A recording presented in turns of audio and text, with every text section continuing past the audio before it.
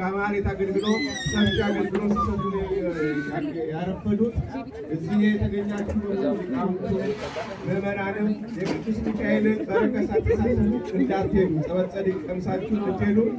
ስትወጡ መኪናም ስትነዱ ደግሞ አደራ ሕፃናት ከመኪና ኋላ ሊሆኑ ስለሚችሉ በጣም በጥንቃቄ አስተናባሪዎች በሚያዙን መሰረት እንድንታዘዝ እንድንገለገል በረከት ከወሰዳችሁ በኋላ ሌላው